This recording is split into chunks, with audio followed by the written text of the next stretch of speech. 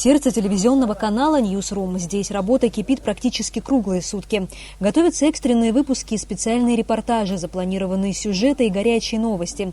Информация обо всех событиях в стране сконцентрирована в этом небольшом кабинете, где в прямом смысле плечом к плечу трудятся самые молодые и энергичные новостные журналисты.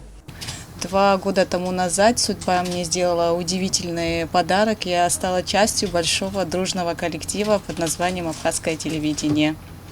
Я пришла попробовать себя. Вообще с детства мне всегда нравилось писать, мне нравилось смотреть репортажи, всегда смотрела каналы и говорила: о, как это круто.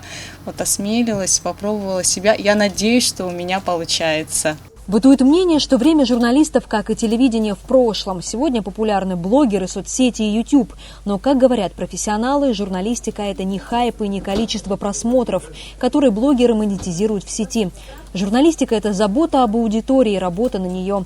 А еще проверенная информация может быть не такая оперативная, как у собирателей сплетен и соцсетей, но всегда достоверная. Иногда у нас есть какая-то информация от людей, что там где-то что-то произошло, но каждое слово мы должны проверять. Если мы не можем это подтвердить чем-то, то мы и не имеем права об этом говорить. Хотя где-то мы знаем, что это точно так есть, но у нас нет таких доказательств. Поэтому в этом смысле, конечно, всю правду, все, что мы хотим говорить, конечно, ни один журналист не может. Хотя Госканал принято считать, что да, это политические всегда какие-то пристрастия, симпатии у журналистов есть, но тем не менее есть такая свобода, и это право выбора каждого журналиста. И я благодарна, наверное, судьбе, что у меня пока есть такая возможность говорить то, что я считаю интересным, важным и нужным. Наала Мукба – автор актуальных программ. Она освещает самые животрепещущие проблемы. Одна из последних ее работ – нашумевшая передача «Пациент», которую Наала снимала в красной зоне ковидного центра. По ее словам, главной задачей было показать, как опасен вирус на самом деле, чтобы хоть как-то повлиять на безответственное поведение населения Абхазии. Она видела эту цель и без страха и сомнений, облачившись в защитный костюм, отправилась прямо на линию фронта борьбы с опасной инфекцией. Кто-то даже благодарил. Мне было приятно, особенно было приятно, например, от родственников тех, кто там лежал. Они говорят, что у меня даже мурашки по коже сейчас, когда я об этом говорю, насколько для них, с одной стороны, больно было наблюдать кадры человека, который в реанимации лежит, да, и там родной отец чей-то родственник, но они говорили: спасибо, что ты нам показала то, что там на самом деле происходит, потому что мы знаем, что это такое, и, возможно, это кого-то заставить носить маску, соблюдать какие-то меры безопасности. Мне кажется, это была единственная цель, с которой мы поехали снимать эту передачу. Самым важным и заметным периодом в истории абхазского телевидения Гарри Арестава называет Отечественную войну народа Абхазии. В то время он работал оператором на АТ. По его словам, тогда абхазские журналисты первыми выиграли информационную войну. Было очень важно тогда переломить ситуацию, потому что все телеканалы тогда были пролоббированы и вещали информацию, которая была угодна грузинской стороне. И первое время было тяжело, но потом на всех российских федеральных каналах наше присутствие было почти ежедневным. И они потом сами в конце тоже признали, что наши информационщики, в том числе телевидение Абхазии, в информационной войне мы одержали тоже победу. А Ирина Аржба пришла на АТ в 1994 году. Дипломированный экономист, окончивший университет с отличием, выиграла конкурс и стала вести новости.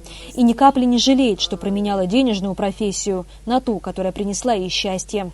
Ты понимаешь, что от твоей работы что-то зависит, что ты можешь что-то изменить, может быть, кому-то помочь, может быть, осветить какую-то проблему, которая потом, благодаря твоей работе или работе команды, получит разрешение. И это очень важно. И нет такого ощущения, что опять на работу, опять как люди говорят, счастливый человек – это тот, кто с радостью идет на работу, кто с большой радостью возвращается домой. да, то есть где, если у тебя на работе тебе интересно и в семье тебе комфортно. Сергей Чхинджерия, редактор абхазского выпуска новостей. Его рабочий стаж сравним с возрастом канала.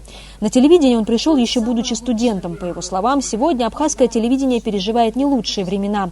Во многом это связано с уровнем популярности государственного языка и техническим оснащением. Если говорить как есть, многие чиновники не желают разговаривать с нами на родном абхазском языке, хотя и Конституция их обязывает напрямую, но однако происходят другие вещи. Нам очень сложно делать выпуски, как хочется. Сильно отражается на нашей работе, очень сильно отражается. Есть еще другая проблема. Нас не видят в стране, допустим, где-то 70% показывает абхазское телевидение.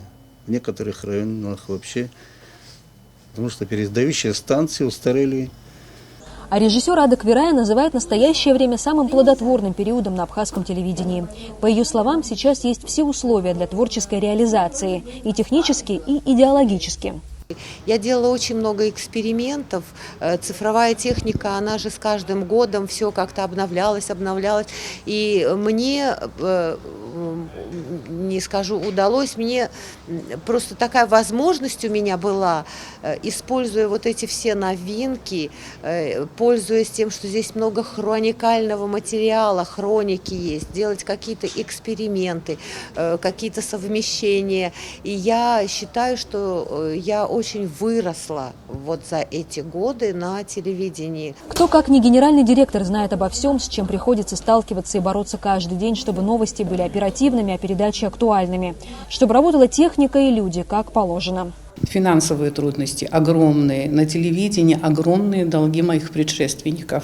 Мы в долговой кабале, если бы правительство как-то не помогало бы нам в этом плане, значит, в смысле возвращения долгов, я даже не знаю, что мы делали бы. Но, с другой стороны, получить какое-то дополнительное финансирование, или даже не дополнительное финансирование по многим статьям для того, чтобы развивать телевидение, мы не можем. По словам Ирины Агарба, абхазское телевидение сегодня, не привлекая дополнительных ресурсов, расширяет вещание, делая упор на государственный язык. У нас большие проблемы с техникой, оборудование в значительной части выходит из строя, у нас не хватает камер, у нас не хватает съемочных машин, у нас не хватает микрофонов, у нас не хватает всего. Но мы начали все равно расширять свое вещание, и, кстати говоря, не привлекая никаких дополнительных ресурсов, люди на энтузиазме делают дневной дополнительный эфир. 42 года, не прекращая работу практически ни на один день, абхазское телевидение рассказывает обо всех событиях в стране. Многие из сегодняшнего состава журналистов работают со дня основания телеканала, а в новостной службе в основном молодежь. Все вместе сегодня они отмечают общий праздник. Марианна Котова, Раму Камкия, Абаза ТВ.